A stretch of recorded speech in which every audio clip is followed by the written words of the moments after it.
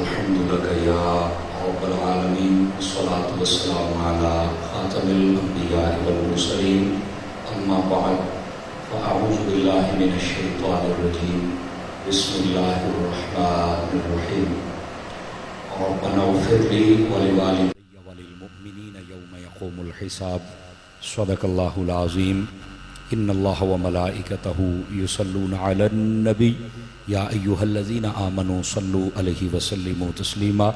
درود پاک پڑھ لیجئے. الصلاۃ والسلام علیک یا سیدی یا رسول اللہ وعلی آلک واصحابک یا سیدی یا حبیب اللہ. انتہائی عزت و تکریم کے لائق زینت محفل سادات کرام معزز و مکرم علماء کرام جملہ عشاقان صحابہ و اہل بیت، اللہ رب العزت کی فضل و توفیق سے ہم سب ایصال ثواب کی محفل میں حاضر ہیں. ہمارے محترم و معزز بزرگ حافظ عبدالحفیظ صاحب علیہ الرحمہ، جن کی ایصال ثواب کے لیے ان کے بیٹوں نے بالخصوص مخلصی و مشفقی و محبی فی اللہ حضرت علامہ مولانا قاری مفتی محمد شفیق صاحب عطاری دام ظلہ، آپ اور آپ کے بھائی مبلغ دعوت اسلامی محمد علی بھائی، انہوں نے اس کا اہتمام کیا. میں دعا گو ہوں اللہ تعالیٰ ان کا یہ ہدیہ ان کے والد گرامی کے حق میں قبول و منظور فرمائے اور ان کی قبر پر کروڑوں رحمتوں کا نزول فرمائے. گرامی قدر حضرات، جیسا کہ آپ سن رہے تھے، ہمارے بڑے ہی پیارے محسن، ہمارے بہت پیارے بھائی مبلغ دعوت اسلامی جناب محترم بھائی محمد سرور صاحب قادری عطاری بڑی خوبصورتی کے ساتھ اس سارے پس منظر کو بیان کر رہے تھے.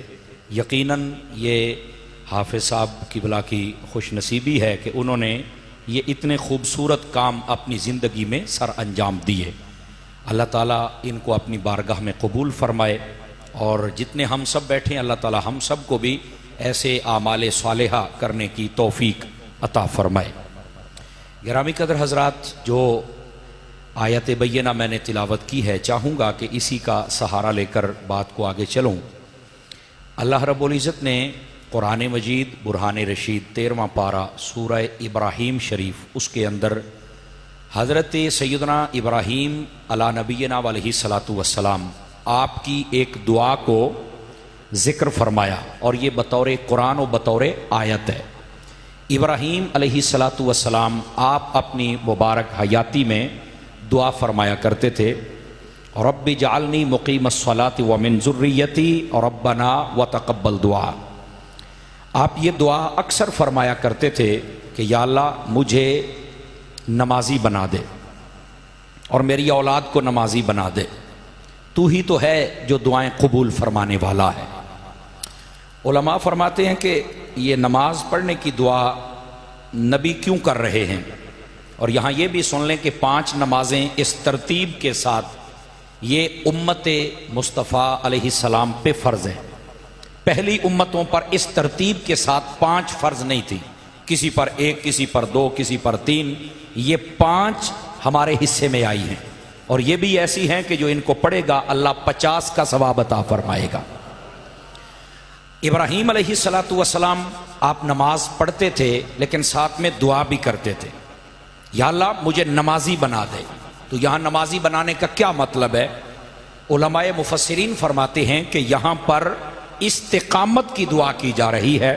یا اللہ نماز تو میں پڑھتا ہی ہوں، پر تیری بارگاہ سے استقامت کا طلبگار ہوں کہ آخری سانسوں تک یہ توفیق مجھے عطا فرمائے رکھنا کہ میں تیری بارگاہ میں جھکتا رہوں. سمجھ آ رہی ہے میری بات کی؟ تو یہ دعائے استقامت ہے. پھر اپنی اولاد کے لیے، ای کو بند کریں گے جی، بالکل سادہ کر دیں اس کو، تھوڑی سی بھی اس کی نا بیک اپ رپیٹ نہیں ہونی چاہیے، جو آواز بار بار ٹکراتی ہے. کیا کہتے ہیں؟ ای کو کہتے ہیں. بند کر دیں، سادہ کر دیں اس کو، اور سادہ کر دیں. گرامی قدر حضرات، پھر اس کے بعد آپ اپنی اولاد کے لیے دعا کرتے ہیں، یا اللہ میری اولاد کو نمازی بنا دے. علماء مفسرین فرماتے ہیں اولاد کے لیے جب بھی دعا کی جائے ان کے حق میں ایمان و عافیت کے بعد سب سے بڑی دعا یہ ہے کہ اولاد کے لیے یہ دعا کی جائے کہ وہ نمازی بن جائے. یہ یاد رکھ لیں. اور یہاں پر میں اپنے شیخ طریقت سیدی و سندی امیر اہل سنت دامت برکاتہم العالیہ آپ کی ایک بات بھی رکھوں، چونکہ آپ صوفی بزرگ ہیں اور صوفیانہ باتیں وہ بندے کو جلدی سمجھ آ جاتی ہیں۔ آپ فرماتے ہیں کہ جب بھی دعا کی جائے نا اولاد کے حق میں بالکل کرنی چاہیے، لیکن جب بھی کی جائے دو چیزوں کو ملحوظ رکھنا چاہیے۔ کیا فرمایا؟ دنیا بھی اور آخرت بھی۔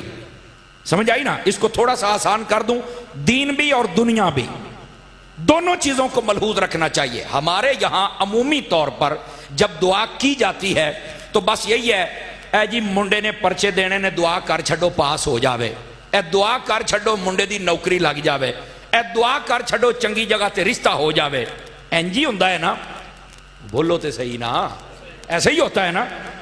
بھلے علامہ صاحب نے مجھے کہا پنجابی بولیں، لیکن میں اردو بول رہا ہوں کہ اتنی مشکل زبان ویسے نہیں ہے، ٹھیک ہے؟ آپ کے مزاج کے لیے پھر میں دیکھوں گا کہ بولنی ہے پنجابی یا کوئی نہیں بولنی، لیکن تھوڑا سا میرا ساتھ دیجئے۔ تو سیدی امیر اہل سنت فرماتے ہیں جب دعا کی جائے تو اس وقت فقط یہ نہ کی جائے کہ یہ ان امتحانوں میں پاس ہو جائے، نوکری لگ جائے، شادی ہو جائے، تندرست ہو جائے۔ فرمایا یوں دعا کیا کریں، یا اللہ اس کو دنیا میں بھی کامیابی عطا فرما اور قبر و حشر میں بھی کامیابی عطا فرما۔ سمجھ آ رہی ہے؟ اور یہاں پر یہ بات بھی قابل غور ہے، یہ بھی سن لیں، جو سب سے زیادہ دعا قبول ہوتی ہے وہ کس کی ہوتی ہے؟ رحمت عالم علیہ السلام نے ارشاد فرمایا ثلاث دعوات مستجاب، فرمایا 3 دعائیں ہیں وہ قبول ہی قبول ہوتی ہیں، لا یردہن، فرمایا کبھی وہ رد نہیں کی جاتی۔ اور وہ 3 دعائیں کس کی ہیں؟ فرمایا دعوت المظلوم، فرمایا ایک مظلوم کی دعا جس پر لوگ ظلم کریں اس کا حق کھا جائیں، اس کی تو اسی پنجابی سننا کہہ دے غریب دی ہاں تو بچ۔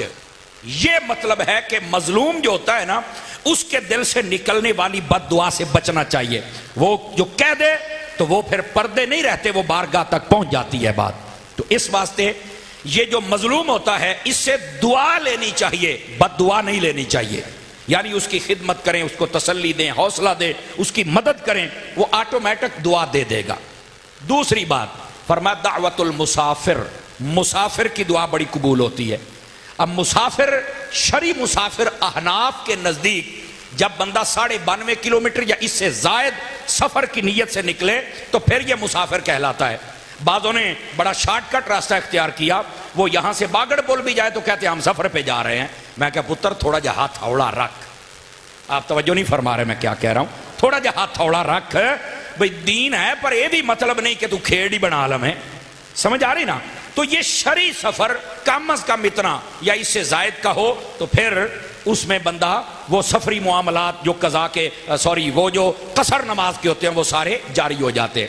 تو جب بندہ اس سفر پر، شرعی سفر پر نکلے تو فرمایا اس وقت وہ جو بھی دعا کرتا ہے اللہ رب العزت اپنی رحمت سے قبول فرما لیتا ہے۔ اور مسافر کو دعا کے لیے کہنا یہ خود میرے حبیب مکرم صلی اللہ علیہ وسلم کی سنت مبارکہ ہے۔ آپ سیاستہ شریف پڑھ کے دیکھیں، اور بالخصوص دعوت اسلامی نے کتاب شائع کیا فیضان فاروق اعظم، آپ اس کو پڑھ کے دیکھیں، اس کے اندر یہ روایت موجود ہے۔ ویسے تو صحاح میں بھی ہے اور دیگر اہل سیر نے بھی اس کو لکھا ہے۔ جب حضرت فاروق اعظم رضی اللہ تعالی عنہ آپ مکہ کی جانب بنیت حج جانے لگے تو میرے نبی صلی اللہ علیہ وسلم نے خود انہیں رخصت فرمایا، اور جب آپ جانے لگے تو کہا اے میرے بھائی عمر میرے لیے بھی دعا کر دینی ہے تم نے۔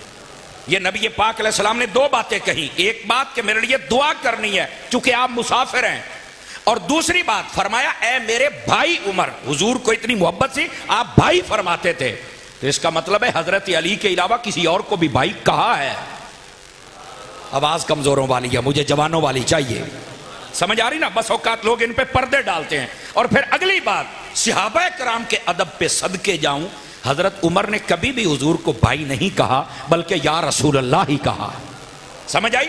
اور جب کبھی حضور جلال میں ہوتے تو حضرت فاروق اعظم پتہ کیسے اپنی یہ کوہنیوں کے بل حضور کے سامنے کھڑے ہو کے معافی مانگتے تھے، یعنی یہ زمین ہے نا تو آپ یوں کوہنیاں لگا کے یوں معافی مانگتے تھے، اپنے گھٹنوں کے بل کوہنیاں نیچے لگا کے آپ معافی مانگتے تھے اور کہتے تھے رضیت باللہ ربم و بالاسلام دینم و بمحمد نبیہ، یا رسول اللہ ہم راضی ہیں کہ اللہ ہمارا رب ہے، دین ہمارا اسلام ہے اور آپ ہمارے محمد عربی رسول مکرم ہیں. سمجھ آ رہی؟ اتنی محبت تھی. کبھی بھی یہ نہیں کہا کہ آپ نے مجھے بھائی کہا ہے تو آپ بھائیوں والی بات کرو، نہیں. فرما کلمہ آپ کا پڑھا، یہ تو آپ کی شفقت ہے کہ آپ ہمیں بھائی کہہ رہے ہیں، ہمارے لیے تو آپ محبوب ہیں نا. سمجھ آ رہی ہے؟ کوئی نہیں آ رہی؟ گرامی قدر حضرات، تو آقا صلی اللہ علیہ وسلم نے خود مسافر کو دعا کے لیے کہا اور پھر تلقین بھی ارشاد فرمائی. تیسری بات، کس کی دعا زیادہ قبول ہوتی ہے؟ رحمت عالم علیہ السلام نے ارشاد فرمایا دعوت الوالد لولدہ، فرمایا جو سب سے زیادہ دعا قبول ہوتی ہے وہ والد محترم کی دعا اپنی اولاد کے حق میں. جب باپ اپنی اولاد کے لیے دعا کرے تو سب سے زیادہ اس کی دعا قبول ہوتی ہے. اب یہ ذمہ داری آپ پر زیادہ آتی ہے، جتنے والدین بیٹھے ہیں آپ کی دعا زیادہ قبول ہوتی ہے. تسی سویرے سویرے پھر مولویوں کو دعا کرواؤں ڈے ہوندے ہو. اچھا یہ بات بھی سن لیں، اس کا یہ مطلب نہیں کہ کسی سے آپ دعا کروا نہیں سکتے، آپ دعا کروا سکتے ہیں. اور آپ جو صحیح العقائد، صحیح العمال، صحیح الافعال پیر اور مولوی ہیں، ان سے دعا کروائیں بھی تو اچھی بات ہے، کوئی منع نہیں ہے. لیکن سب سے زیادہ دعا قبول تو والد کی اپنی ہوتی ہے، اسے اپنے منصب کا ہی نہیں پتا، تو جب نہیں پتا تو پھر وہ دعا کرتا بھی نہیں ہے. آج پتا چل گیا ہے، آپ خود اپنی اولاد کے لیے دعا کیا کریں، آپ کی دعا سب سے زیادہ قبول ہوتی ہے. سمجھ آ رہی ہے؟ ضرور اپنی اولاد کے لیے ایمان و عافیت اور دنیا آخرت کی کامیابی کی دعا فرمایا کریں. تو حضور نے فرمایا 3 دعائیں قبول ہی قبول ہوتی ہیں. اپنی اولاد کے لیے دعا کریں، کروائیں بھی، لیکن سب سے پہلے آپ خود دعا فرمایا کریں. تیسری بات اللہ رب العزت نے یہاں ارشاد فرمائی ابراہیم علیہ السلام کے حوالے سے. انہوں نے کہا یا اللہ مجھے نمازی بنا، میری اولاد کو بنا. اور تیسری بات کیا تھی؟ یا اللہ تو ہی تو ہے جو دعائیں قبول فرمانے والا ہے. اب حضرت ابراہیم علیہ السلام اللہ سے مانگ رہے ہیں. بس اوقات کسی کی نبض پھڑک سکتی ہے نا، وہ کہہ سکتا ہے مولوی صاحب پھر تم داتا صاحب کیوں جاتے ہو؟ ابھی ہمارے سرور بھائی بھی ذکر فرمایا تم سلطان باؤ کیوں جاتے ہو؟ لوگ الجھن پیدا کرتے ہیں، اس الجھن کو بھی تو دور کرنا ہے نا. چونکہ میں امام احمد رضا کا نوکر ہوں تو بات تو مجھے ساری کرنی پڑے گی. تو یہ کہتے ہیں کہ پھر جب ابراہیم علیہ السلام یہ کہتے ہیں تو آپ پھر بزرگوں کے پاس کیوں جاتے ہیں؟ میں نے کہا یار یہ تو ویسے ایسے ہی بات کو جیسے کہتے ہیں نا کہ نہ لیتے دہلا چھڑیے، نہ اس بات کا کوئی سر ہے اور نہ پاؤں ہے. میں نے کہا جناب یہ الجھن پیدا کرنے کی تمہیں ضرورت کیوں پیش آئی؟ کوئی بنتا ہی نہیں تک یہاں پر. اگر کوئی کسی دربار پہ جاتا بھی ہے تو وہاں جا کے وہ صاحب مزار کو تو نہیں کہتا نا کہ تو میرا رب ہے اور دعا قبول کر. وہ وہاں جا کے یہ کہتا ہے کہ یا اللہ یہ تیرا نیک بندہ ہے، نیکوں کا صدقہ ہماری دعا کو قبول فرما. وہاں چل کے کیا دعا کرنا منع ہے؟ اگر یہ نیکوں کے پاس چل کے دعا نہیں کرنی تھی تو پھر مجھے بتائے نا، مسلم شریف کتاب المناقب 2 جلد اٹھائے نا، اس کے اندر حضرت اویس کرنی والا چیپٹر کھولیں. کہتے ہیں ہم حدیث سے باہر نہیں جاتے. میں کہ بیچتا باڑ ہے، کھولیں ابھی اگر ہے تو لاؤ میں بتاتا ہوں آپ کو. محبوب کریم علیہ السلام نے اپنا لباس مبارک دیا حضرت سیدنا علی المرتضیٰ کو اور حضرت سیدنا فاروق اعظم رضی اللہ عنہ دونوں کو. فرمایا یہ میرا مبارک لباس لے کے جاؤ یمن کا شہر قرن، اور وہاں پر ایک شخص ہے جس کا نام اویس ہے، جس کو آج زمانہ اویس کرنی کے نام سے یاد کرتا ہے. یہ تابعی بزرگ ہیں اور سید التابعین والعاشقین ہیں. انہوں نے حضور کا زمانہ پایا، مدینے بھی آئے پر حضور کا دیدار کر کے صحابی نہیں بن سکے. سمجھ آئی؟ اس میں بھی ایک راز تھا کہ ماں سے وعدہ کر کے آئے تھے. جب گھر سے نکلنے لگے نا کہ میں نے حضور کو ملنا ہے تو کہنے لگی والدہ میں تو بوڑھی ہوں اور نابینا ہوں. کہا 2-4 دنوں کا کام کر کے جاؤں گا، آپ کو مشکل نہیں ہوگی، پر اجازت دے دو کہ حضور سے ملاقات ہو جائے. فرمایا جی میں ماما پھر کہیں دیا نے نا پتر سیدھا مسیتے جانا ہی تو سیدھا گھر آنا ہی. آواز کمزوروں والی ہے فرنٹ سیٹوں والے، سمجھ آئی نا؟ سیدھا مسیتے جانا ہی تو سیدھا گھر آنا ہی. کہا اماں جی ٹھیک ہے. آج ہم ان لفظوں کی لاج نہیں رکھتے لیکن ہمارے بزرگ بڑی لاج رکھا کرتے تھے. جناب ویسے کرنی جب گھر سے نکلے، اب عشق کی آگ نے تو بہت تیزی کے ساتھ آپ کو مدینہ شریف پہنچا دیا. اب جب آئے نا تو پوچھا مسجد نبی شریف میں حضور کدھر ہیں؟ کہنے لگے وہ تو کسی اور جگہ گئے ہوئے ہیں. اب 2 ہی راستے تھے مدینے میں پر کسی اور جگہ پہ تشریف فرماتے. اب ایسے کرنی جا سکتے تھے نا ملاقات کے لیے، پر دل سے پوچھا ہاں بھائی حضور مسجد میں تو نہیں ہے، ماں نے تو کہا تھا مسیتے جانے تو سیدھا کہا ہونا ہی. آواز کمزوروں والی آپ کی آئی ہے جناب، سمجھ آ رہی ہے؟ حالانکہ مدینہ شہر تھا اس وقت کتنا بڑا، آپ جا سکتے تھے، پر ماں کی بات کی لاج رکھی آپ نے، کہیں اور نہیں گئے، واپس چلے گئے. اور یہ روایات صحیحہ میں بات موجود ہے. علامہ فیض احمد اویسی صاحب رحمۃ اللہ تعالی جو شیخ القرآن بہاولپور والے ہیں، انہوں نے جو حضرت اویس کرنی پر کتاب لکھی، کبھی پڑھ کے دیکھیں. حضور جب واپس آئے تو آپ نے فرمایا بتاؤ میرے صحابہ یہاں کون آیا تھا، کیونکہ عاشقوں کی خوشبو بتا دیا کرتی ہے. سمجھ آ رہی ہے؟ یہاں کون آیا تھا؟ کہا ایک شخص آیا تھا اجنبی. فرمایا جلدی کرو اسے تلاش کر کے لے کے آؤ. گھوڑے بھگائے گئے پر اویس نہیں لبیا. کیوں؟ علماء فرماتے ہیں جب آئے تھے تو عشق رسول کی وجہ سے تیز آ رہے تھے، جب جا رہے تھے تو اس لیے کہ چلو مدینے آڑے دی زیارت نہ صحیح، مدینہ تو ویخ ہی لے آئے نا، اب ماں کے پاس بھی پہنچنا ہے. یہ بھی ایک عشق کا راز تھا جس کو راز ہی رہنے دیا جائے تو بہتر ہے. سمجھ آئی نا؟ ہر بات سے پردہ نہیں ہٹانا چاہیے. آپ واپس چلے گئے تو پھر محبوب کریم علیہ السلام نے آپ کا ذکر فرمایا. اور پھر ایک وقت آیا اپنا لباس انور و اقدس حضرت فاروق اعظم حضرت مولا مرتضیٰ دونوں کو عطا فرمایا. فرمایا جاؤ یہ لباس لے کر ان کے پاس جانا اور انہیں کہنا میری امت کے لیے دعا کریں. تو میں نے کہا آپ تو الجھن پیدا کرتے ہیں، کیوں جانتے ہو؟ اگر نہیں جانا تھا تو میرے رسول نے کیوں بھیجا ہے؟ سمجھ آ رہی میری بات کی؟ حضور نے کیوں بھیجا ہے؟ اچھا یہاں پر یہ بات بھی بڑے لطف والی ہے نا کہ جو جانے والے ہیں حضرت فاروق اعظم اور حضرت علی دونوں افضل ہیں، چونکہ صحابی ہیں اور خلفائے راشدین میں سے ہیں. سمجھا؟ اور جس کی طرف جا رہے ہیں وہ تابعی ہیں، یہ افضل ہیں وہ مفضول ہیں. ان دونوں کا درجہ زیادہ ہے، ان کا درجہ کم ہے، لیکن پھر بھی جا رہے ہیں. کیوں؟ اس میں دو باتیں علماء فرماتے ثابت ہوتی ہیں. پہلی بات یہ ہے کہ کبھی کبھی بڑوں کو بھی چاہیے چھوٹوں پر شفقت کر دیا کرے. وہ بولو تو صحیح نہ یار، کبھی کبھی بڑوں کو بھی چاہیے چھوٹوں پر شفقت کر دیا کرے. ایک تو حضور نے یہ سنت جاری فرمائی. اور دوسری بات کیا تھی؟ فرمایا دوسری بات یہ ثابت ہو رہی ہے کہ اے لوگوں اس حدیث سے سبق حاصل کرو. کیا؟ اللہ والا جہاں بھی ہو وہاں جایا بھی کرو، چل کے دعا کروایا بھی کرو. یہ اصل ثابت کیا جا رہا ہے. تو اب اگر نیکوں کے پاس چل کے دعا کرنی نہیں تو میرے حبیب نے بھیجا ہی کیوں تھا؟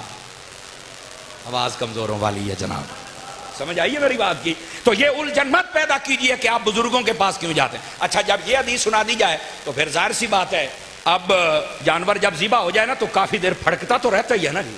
تو آپ ذبح تو ہو گیا علمی دلیل سے، لیکن پھڑکتا ہے پھر. وہ نہیں مولانا صاحب ایڈی بھی کڑی ضروری شاید اتھے جان دی، اللہ تے ہر جگہ تے سندا ہے. میں نے کہا اس بات کا انکار کس نے کیا ہے؟ مفتی احمد یار خان نعیمی نے بڑا سونا جواب دیا. فرمایا وہ سنتا سب کی ہے پر مانتا پیاروں کی ہے. اس لیے ہم بزرگوں کے پاس جاتے ہیں کہ وہ مانتا پیاروں کی ہے. اب جن میں پیارے ہیں وہ پیاروں کے پاس جاتے ہیں، جنہوں نے نصیب ہی نہیں میں کیا کر لما. توجہ نہیں فرما رہے آپ حضرات؟ تو اس واسطے آپ جایا کریں بزرگان دین کی بارگاہوں کے اندر. اللہ ہم سب کو عمل کی توفیق عطا فرما دے. پھر حضرت ابراہیم علیہ السلام، ابھی دعا ختم نہیں ہوئی، میں تو ساتھ ساتھ اس کی تفسیر کر رہا ہوں نا. آپ پھر کہتے ہیں ربنا اغفر لی، یا اللہ میری مغفرت فرما دے. سمجھ آ رہی ہے میری بات کی؟ والدیا، اور فرمایا میرے والدین کی بھی، ماں اور باپ دونوں کا ذکر ہے، ان کی بھی بخشش و مغفرت فرما دے. اور پھر کمال کا جملہ بولا، فرمایا وللمؤمنین یوم یقوم الحساب. فرمایا قیامت تک کے لیے جتنے ایمان والے آئیں گے، فرمایا یا اللہ سب کی بخشش و مغفرت فرما دے. یہاں پر نا بڑی سوچنے والی بات ہے. ابراہیم علیہ السلام نے پہلے دعا کی، وہ انداز بھی بتایا، اب کیا کہا؟ یا اللہ میری مغفرت فرما دے. علماء مفسرین نے ایک سوال اٹھایا ہے، آپ غور کریں گے تو آپ کو لطف آئے گا. فرمایا ابراہیم علیہ السلام نے جب مغفرت کی دعا مانگنا شروع کی تو پہلے اپنی مغفرت کی بات کی، ماں باپ کا ذکر دوسرے نمبر پر کیا. پہلے اپنی مغفرت کی بات ہے اور پھر ماں باپ کے لیے، یا اللہ میری مغفرت فرما اور میرے ماں باپ کی فرما. تو فرمایا بظاہر تو اصول دنیا کے مطابق پہلے ماں باپ کا ذکر ہونا چاہیے تھا، بعد میں اپنا ہونا چاہیے تھا، لیکن وہ نبی ہیں، آخر نبی کے کام میں کوئی حکمت تو ہے نا. آواز کمزور نہ فرمائیں آپ، توجہ فرمائیں. نبی کے کام میں کوئی حکمت تو ہے کہ پہلے اپنے لیے مغفرت کا کیوں کہا. اب پڑھیے امام رازی جیسوں کو، انہوں نے اس راز سے پردہ ہٹایا. فرماتے ہیں کہ یہ نبیوں کا طریقہ رہا ہے، بزرگوں کا طریقہ رہا ہے. یہ تعلیم ہے، یہ تصوف کے سلسلے کی یہ ایک تعلیم ہے، لائن ہے جس کو سمجھنا چاہیے کہ جب بھی مغفرت کی دعا کا کہا جائے سب سے پہلے دعا کرنے والا اپنے لیے مغفرت کی بات کرے۔ کیوں؟ فرمایا ہو سکتا ہے کہ جب تم دعا کر رہے ہو تو وہ قبولیت کا وقت ہو اور تمہارے منہ سے یہ نکلے کہ یا اللہ میری مغفرت فرما، اور قبولیت کا وقت ہو اور تم بخشے جاؤ۔ فرمایا جب تم بخشے جاؤ گے نا پھر جس کے لیے دعا کرے گے وہ سب ہی بخشے جائیں گے۔ اب بات سمجھ آئی ہے؟ اس لیے پہلے فرمایا اپنے لیے مغفرت کی دعا کی جائے، تاکہ ہو سکتا ہے قبولیت کا وقت ہو جب یہ بندہ بخشا جائے گا پھر جس کے لیے بھی مانگتا جائے گا رب عطا فرماتا جائے گا۔ Are you understand? بات سمجھ آ گئی ہے جی؟ دوسری بات سنیے، حضرت ابراہیم علیہ السلام نے پہلے اپنے لیے مغفرت کی دعا مانگی۔ یہاں پر ایک سوال ہو سکتا ہے، یہ بھی علماء مفسرین نے سوال اٹھایا ہے۔ بعض کہتے ہیں یہ مغفرت کی دعا کی ہے تو شاید کسی کے ذہن میں یہ سوال آ جائے کہ مغفرت کی دعا تو وہ کرتا ہے جس کے گناہ ہوں۔ حالانکہ اہل سنت کا یہ عقیدہ ہے اس کائنات میں دو جماعتیں، دو گروہ معصوم ہیں، وہ گناہ کر ہی نہیں سکتے، اللہ نے گناہوں کا مادہ رکھا ہی نہیں ہے ان میں۔ اور وہ کون ہے؟ ایک فرشتوں کی جماعت ہے اور دوسرے نبیوں کی جماعت ہے، یہ گناہ نہیں کر سکتے۔ سمجھ آ رہی ہے میری بات کی؟ اچھا یہ معصوم ہیں۔ اب یہاں پر بس اوقات یہ کہا جاتا ہے 12 امام تھے 14 معصوم، جو بندہ یہ کہے وہ معصوم نہیں، وہ ڈوم ہے۔ مٹھے بولو کو گال سن بھی لیا کرو سوردی۔ یہ ہمیں ہمارے سٹیجوں پر بیٹھ کر یہ رافضیت اور تفضیلیت کا عقیدہ پلا رہا ہے۔ اور آخو مولوی او پیرا اپنی زبان سیٹ کر، عقیدے کے معاملے میں تھوڑا سا آپ کو جرت مند ہونا چاہیے۔ جیسے ہمارے سرور بھائی نے بتایا نا کہ کہا گیا خیبر پختونخوا میں جب بیان ہوگا تو ہم سلام نہیں پڑھیں گے، میرے مرشد فرمایا ایڈا بھی مٹھا نہ سمجھو، اے ترجمہ ہے بندا جے بھائی اوتھے بھی اسی چاستے تاں ہونی ہے جہاں سب ماننے والے بیٹھے ہوں، اگر وہاں درود و سلام پڑھا تو کیا کمال ہے۔ چاستہ تاں ہے نا شریکاں دے سینے تے چڑھ کے بندہ پڑھے، سمجھ آ رہی ہے نا؟ وہاں درود و سلام پڑھو، پتہ چل جائے یہ درود و سلام والے ہیں۔ تو جب عقیدے کی بات آئے پورے جذباتی ہو جایا کرو، اور پنجابی جی میں آدر نا نر ہو جایا کرو، تمہیں پتہ چلے اصل عقیدہ کیا ہے۔ نبی اور فرشتے یہ معصوم ہیں، ان کے علاوہ کوئی معصوم نہیں ہے۔ جو کسی اور کو معصوم سمجھے، شاہ ولی اللہ محدث دہلوی کو کبھی پڑھ کے دیکھو، وہ تو مسلمان ہی نہیں سمجھتے ہیں۔ بولو تو ایک تو چپ شاہ مینو ایڈے نظر پہ آؤندے نا، پتہ نہیں کیوں ایڈا تقوی دا فلڈ آیا بیٹھا، بول لو سبحان اللہ یار، خیر ہے۔ گرامی قدر حضرات ناراض تو نہیں ہو رہے آپ حضرات؟ وہ جاگو تھوڑا جہا سنیو، لوکاں دے کوڑے مولوی اوتھے بیٹھ کے جھوٹ بول دے نے تھلڑے مرنی واہ واہ واہ واہ واہ واہ، حالانکہ نہ دے منہ تے داڑھی نہ کو گل، او پتہ نہیں کتھوں ڈوم آ گیا ہے، باتیں کرتا تھلڑے مرنی آئے ہوندے نے، تہاڈی ہر شے سچی تسی منہ والی وے دے راندے ہو۔ اس واسطے جاگا کرو اور ذرا تکڑے ہو کے عقیدے کی بات سنا کرو۔ تو دو جماعتیں ہیں جو معصوم ہیں، ایک نبیوں کی ایک فرشتوں کی، یہ گناہ کر ہی نہیں سکتے۔ اگر گناہ کر نہیں سکتے تو کوئی کہہ سکتا ہے پھر مغفرت کے لیے دعا کیوں کی؟ تو میں نے کہا مغفرت کی دعا کے لیے گناہوں کا ہونا تو ضروری نہیں ہے، توجہ نہیں نہ فرما رہے آپ حضرات۔ مغفرت کی دعا کے لیے گناہوں کا ہونا ضروری نہیں ہے، تو پھر یہ دعا کیوں؟ میں نے کہا پہلے یہ سن، صحاح میں حدیث ہے، نبی ہمارے پیارے محبوب کریم علیہ السلام ایک دن میں 70 سے زیادہ مرتبہ، دوسری روایت میں 100 سے زیادہ مرتبہ استغفار فرمایا کرتے تھے۔ تو کیا اس کا مطلب یہ ہے کہ گناہ تھے تو وہ بخشواتے تھے؟ نہیں، جس کے گناہ نہ ہوں اگر وہ مغفرت کی دعا کرے تو اللہ تعالیٰ اس کا درجہ اور بلند فرما دیتا ہے۔ جیسا کہ حضور کی شفاعت کے بارے میں اعلیٰ حضرت صاحب رحمۃ اللہ علیہ آپ نے لکھا، اور مفتی احمد یار خان نعیمی نے لکھا، اور جتنے علماء اہل سنت صاحب نے لکھا، فرمایا حضور کی ایک شفاعت ہے جس کو شفاعت کبریٰ کہتے ہیں۔ قیامت کے دن جب حساب نہیں شروع ہو رہا ہوگا، آپ جب شفاعت کریں گے تو سب کا حساب شروع ہو جائے گا۔ فرمایا اس سے کافر کو بھی فائدہ ہوگا، مسلمان کو بھی، حساب جو شروع ہو گیا ہے، تو فرمایا یہ شفاعت کبریٰ ہے۔ دوسری شفاعت فرمایا وہ فقط گناہگار مسلمانوں کے لیے ہوگی، گناہگار، سمجھ آ رہی ہے؟ نبی پاک علیہ السلام نے ارشاد فرمایا نا، جو میری شفاعت ہے میری امت کے کبیرہ گناہ کرنے والوں کے لیے ہے۔ توجہ نہیں فرما رہے آپ حضرات؟ اگر کوئی شیطان کے بہکاوے میں آ کر بڑے گناہ کر بیٹھے لیکن دل و جان سے ہو مصطفیٰ کا عاشق، سمجھ آ رہی ہے نا؟ یہ ہو ہی نہیں سکتا قیامت کے دن حضور اسے تنہا چھوڑ دیں۔ ہاں اگر کوئی بڑی بڑی نیکیاں کرے لیکن دل و جان سے حضور سے محبت نہ کرے، کبھی صحابہ کو باتیں کرے، کبھی آل بیت کو کرے، تو میں کیا پھر تے جتنی مردہ نمازی ہوئیاں سائیاں نے پھر بھی پھڑ کے لمحہ پا لینے، ادھر آنا جیڑا تیرا کام سی تو وہ تو کیتا نہیں، اندروں پلیت ہیں تے باہروں بڑا تو حجی بنے آ رہے ہیں۔ تے کوئی اگر گناہگار عمل کمزور لے کے گیا لیکن مالکاں دا غدار نہیں بنیا، وفادار بنیا ہے، تو یقین فرمائیے گا کوئی نہ کوئی تمہارا بازو ضرور تھام لے گا۔ میں یہاں پر گناہوں پر دلیل کرنے نہیں آیا کہ باجی میں ہے دب کے رکھو، نہ میں جس پیر کا مرید ہوں انہوں نے جتنا اہل سنت میں عمل کو رائج کیا شاید ہی کسی پیر نے کیا ہو، سمجھ آ رہی ہے نا؟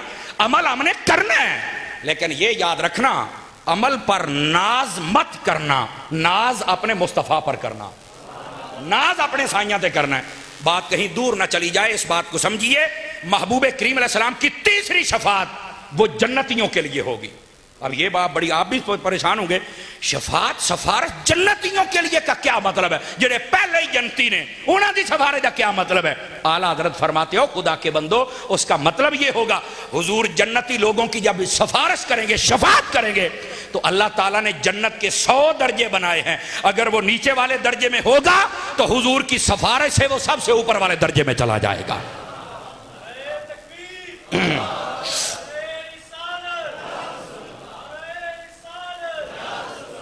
گرامی قدر حضرات، تو یہاں پر بھی یہ مطلب ہے کہ جب کوئی مغفرت کی دعا کرے تو اس کا مطلب یہ نہیں ہوتا کہ وہ گناہگار ہے تب کر رہا ہے، نہیں، وہ پاک و صاف ہو پھر بھی وہ مغفرت کی دعا اس لیے کرتا ہے تاکہ ایک تو میں اللہ کی بارگاہ میں رجوع کرنے والا بن جاؤں اور دوسرا اللہ تعالیٰ میرے درجات کو بلند فرما دے، ٹھیک ہے؟ اور تیسرا امام راضی کہتے ہیں جو حضور استغفار فرماتے ہیں نا، جو نبی کرتے ہیں، وہ امت کے لیے تعلیم ہوتی ہے، توجہ نہیں فرما رہے، وہ امت کے لیے تعلیم۔ اس کا مطلب کیا ہوتا ہے؟ اس کا مطلب یہ ہوتا ہے کہ نبی جب دعا کرے نا تو وہ گویا کہ اپنے سنت سے ثابت کر رہے ہیں کہ میرے امتیوں جب میں نبی ہو کے معصوم ہو کے دعا کر رہا ہوں تو تم امتی ہو کے کیوں نہیں دعا کرتے ہو؟ اس کا یہ مطلب ہے تاکہ حضور کی سنت بن جائے۔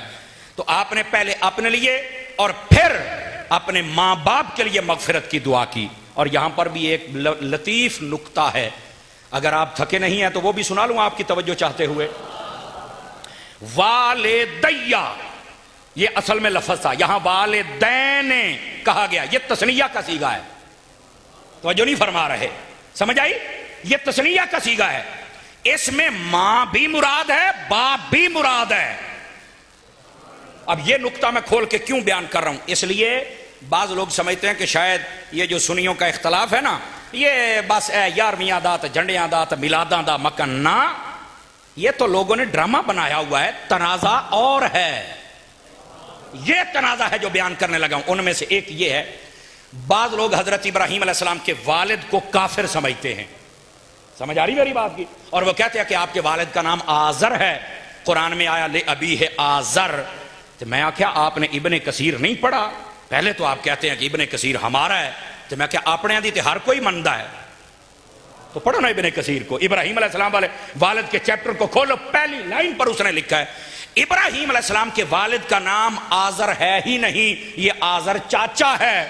آپ کے والد کا نام تو تارخ ہے، آزر چاچا کافر تھا اور آپ کا باپ پکا ٹھکا مسلمان تھا۔ آواز کمزوروں والی ہے، جوانوں والی نہیں ہے۔ تو میں نے کہا یہ بات تو بالکل واضح ہے اور علماء مفسرین نے اس بات کو لکھا ہے، لیکن بعض لوگ قرآن مجید کے ظاہری لفظ کو بغیر تعویل کے جب بیان کرتے ہیں تو وہ کہتے ہیں جب آزر آ گیا، لے ابی ہے آ گیا، اب کیا تعویل کریں؟ میں نے کہا تمہیں نہیں پتہ ہے کہ بعض واضح لفظ ہوتے ہیں تعویل کیے بغیر بندہ پھنس جاتا ہے؟ وہ کیسے؟ میں نے کہا ابھی بتاتا ہوں آپ کو، پھر اتھے لفظ اندہ وہی ترجمہ کرنا ہی کہاں ہے؟ قرآن مجید کا 15واں سپارہ اللہ نے فرمایا جب اپنے والدین کے لیے دعا کرو نا تو یہ دعا کیا کرو، رب ارحمہما کما ربیانی صغیرا۔ تکڑے ہو کے بیٹھے جے سنیو، تکڑے ہو کے۔ اب اس کا ترجمہ یہ سنیے، ترجمہ یہ بنتا ہے اے ہمارے رب، یعنی یہ بندہ اپنے رب کو کہہ رہا ہے، اے میرے رب میرے یہ جو دو رب ہیں نا ان پر فضل فرما. آپ نے توجہ نہیں فرمائی ہے. اے میرے رب، میرے دو یہ جو رب ہیں ان پر فضل فرما. یار رب کو بھی رب کہہ رہے ہو اور دو رب تیرے اور بھی ہیں، ایک تیرے دو رب نے، وہ شرک نہیں ہویا؟ ہلو جلو تو صحیح کچھ. اب اس بات کو سمجھو بھائی، قرآن ہے. تو میں کیا ہوں تینوں قرآن دا اے یاد نہیں آیا؟ عموم آنا ہی تھے کر ترجمہ، مشرک ہو کے مرے گا. کہتا نہیں، پہلا جو رب ہے نا، رب ارحمہما، اس رب سے مراد ہمارا اللہ ہے. اگے جو رب یعنی دو رب آکھیا گیا، اس سے مراد اللہ نہیں ہے. تو میں نے کہا پھر کون ہے؟ کہتا ہے ماں باپ ہے. تو میں کہا تو تا کسی جو لفظوں میں آ جائے وہی ہوتا ہے. ہوں کرنا ترجمہ، بولو نا یار. اے دا مطلب پنجابی چاہتے ہیں میں تو دے ساں گو ایڈی جلدی تو نہ منجن دے ساں. او گرامی قدر حضرات، خدا کے بندو، یہ بات سمجھو. ایسے سمجھو کلاس لگی ہوئی ہے اور میں آپ کو سبق سنا رہا ہوں. آپ اچھے استاد بن کے میرا سبق سنیں نا، مجھے بھی لطف ہے سبق سنانے کا. گرامی قدر حضرات، بس اوقات قرآن کا لفظ ہوتا ہے لیکن بغیر تعویل کے وہاں سے بندہ آگے جا ہی نہیں سکتا ہے. اب جس کو اصول شاشی ہی یاد نہ، اسے کیا پتا تعویل ہوتی کیا ہے؟ نہیں توجہ فرمائیے آپ حضرات. اس بیچارے یتیم العلم کو کیا پتا کہ یہاں کیا کرنا پڑے گا.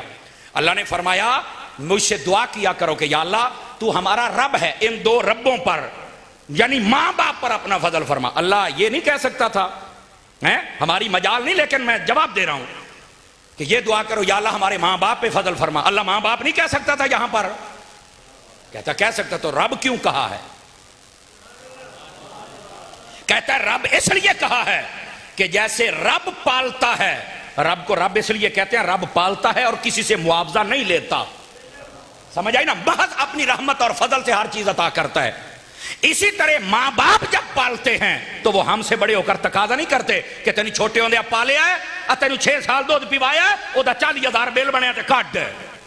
کبھی بھی ماں باپ نے ہم سے نہیں مانگا، یہ بے لوث پالتے ہیں. تو فرمایا اس مجازی معنی کو لے کر یہاں پر ان کو رب کہا گیا ہے. میں نے کہا جو حضرت ابراہیم کی طرف چاچے کی نسبت باپ کے لفظوں سے کی گئی اس لیے کہ عرب کا یہ کلچر تھا اور آج بھی ہے کہ چاچے کو بھی باپ کہا جاتا ہے. سمجھ آ رہی ہے میری بات کی؟ یہ اسی نسبت کی وجہ سے کہا گیا، ورنہ حقیقی باپ نہیں تھے. کیوں؟ اس لیے بھی نبی پاک علیہ السلام نے فرمایا مجھ سے لے کے میرے باپ آدم علیہ السلام تک. اب اس جملے کا لطف بھی لے جئیے گا. اور فرمایا میری ماں سے لے کے حضرت اماں حوا تک، فرمایا جن جن کی پشتوں سے میں ہو کے آیا ہوں میرے سارے آباء و اجداد فرمایا رب کو سجدہ کرنے والے تھے. ان میں سے کوئی بھی ایسے ویسے نہیں تھے جن پر کفر و شرک کا فتویٰ لگ سکے. آج لوگ اگر یہ بیان کریں کہ ابراہیم علیہ السلام کے والد معاذ اللہ کافر تھے تو ایسے بندے کو ہم مسلمان کیسے سمجھ سکتے ہیں؟ ایسے بندے کے پیچھے میں نماز کیسے پڑھ سکتا ہوں؟ کم از کم ہم تو نہیں پڑھیں گے. اور یہ نہ سن لیا انشاءاللہ تجھ بھی ترکڑے ہو جاؤ گے. سمجھ آ رہی ہے میری بات کی؟ اب آئیے ذرا اگلی بات. وَلِلْمُؤْمِنِينَ يَوْمَ يَقُومُ الْحِسَابِ. فرمایا اللہ قیامت تک کے لیے جتنے ایمان والے آئیں گے ان سب کی بخشش و مغفرت فرما. یہاں پر نا بڑی خاص بات ہے. میرے کلاس فیلو کافی سارے بیٹھے ہوئے ہیں اور یہ ہمارے فاروق بھائی بھی ہیں اور شفیق بھائی، منصب بھائی بھی آئے ہوئے ہیں، اللہ ان کو خیر و برکت دے. ہمارے ایک استاذ گرامی تھے، انتقال فرما گئے، اللہ ان کے درجات بلند فرمائے. علامہ محمد صدیق صاحب علیہ الرحمہ، بورے والا والے. تو آپ ماشاءاللہ ہمیں بڑی باتیں سمجھایا کرتے تھے. ایک دن ایصال ثواب پر بات چلی تو آپ نے یہاں بڑی لطیف بات کہی. آپ کہنے لگے ابراہیم علیہ السلام نے فرمایا یا اللہ قیامت تک کے لیے جتنے ایمان والے ہیں سب کی بخشش فرما. تو فرمایا کہ یہ بتاؤ ہمارے نبی نے ہمارے لیے کوئی تھوڑی دعائیں کی ہیں؟ تو ہم نے کہا نہیں جی حضور نے تو بہت کی ہیں. تو فرمایا پھر ابراہیم علیہ السلام کو چاہیے تھا نا اپنی امت کے لیے دعا کرتے، انہوں نے سب کے لیے کیوں کی؟ یہ بات بڑی سمجھنے والی ہے. تو آپ نے پھر یہاں پر جواب دیا، فرمایا اس لیے دی کہ یہاں پر بھی ایک نکتہ ہے، جب اللہ سے دعا کی جائے تو کنجوسوں والی دعا کرنی ہی نہیں چاہیے. ہاں پھر آپ نے ایک حدیث سنائی. آپ فرماتے ہیں نبی پاک علیہ السلام مسجد میں تشریف فرما تھے اور یہ اکثر محدثین کرام نے اس حدیث کو لکھا ہے. مستدرک کے اندر امام حاکم نے اس کو لکھا ہے.